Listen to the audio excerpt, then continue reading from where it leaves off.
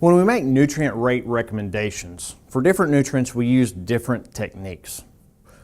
For the mobile nutrients like nitrogen and sulfur, it is a yield function. So the more you yield, the more you add. For immobile nutrients, such as phosphorus, potassium, and many of our metals, we're going to use a sufficiency approach, and that's based upon the soil test index. So yield isn't a function, it's about the soil. Now, this concept really gets confusing at times, trying to understand when you look at a soil test result or look into the soil fertility handbook. There's three different columns you look at for phosphorus and potassium. One is the soil test, one is the percent sufficiency, and the other is the recommendation. So I want to talk a little bit about sufficiency and what does that really mean and where does it come from for immobile nutrients like P and K. So we get sufficiency based upon a lot of research that's happened over the years. If you look at this chart here, we have the soil test value from 0 to 100 of whatever nutrient we're worried about, and then the yield response. So if we have 0, we're getting 0 yield. If we have a high rate in the soil, we have high yield.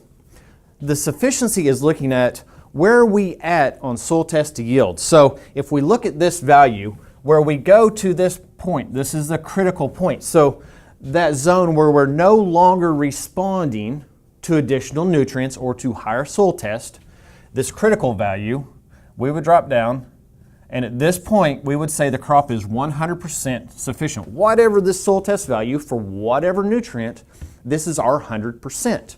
And as we go down this line, this yield line in the blue, as we get lower and lower, closer to 0, our yield level drops. So at this, let's say this is 50% yield, we're going to say this value, whatever this soil test value is 50% sufficient.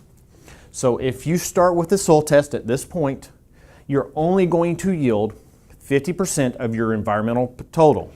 If you're at this point, 100%, you can add fertilizers and the probability of getting a response is very, very low. Now if we look at these three columns, you come across your 40 line, soil test of 40, a 90% sufficiency, with a recommendation of 20. This means if you were to choose not to fertilize your crop, you're only going to make 90% of the environmental potential based upon your phosphorus value. Unfortunately, if you have two limiting factors, such as phosphorus and potassium, unfortunately, when we have two immobile nutrients that are both deficient, you multiply the effect of those together to get the outcome. So to figure out how you're going to end up in total yield potential, you would take 80% times 80%, which means the best you can do if you don't fertilize for either P or K is 64% of your total environmental potential, which in this case would give you, best case scenario, 32 bushels per acre. Now, if you're to fertilize based upon the soil test recommendations for the 80 and the 80, you would then be able to bring it back up to 50, which is the environmental potential for the locations, given P and K, and everything else is okay.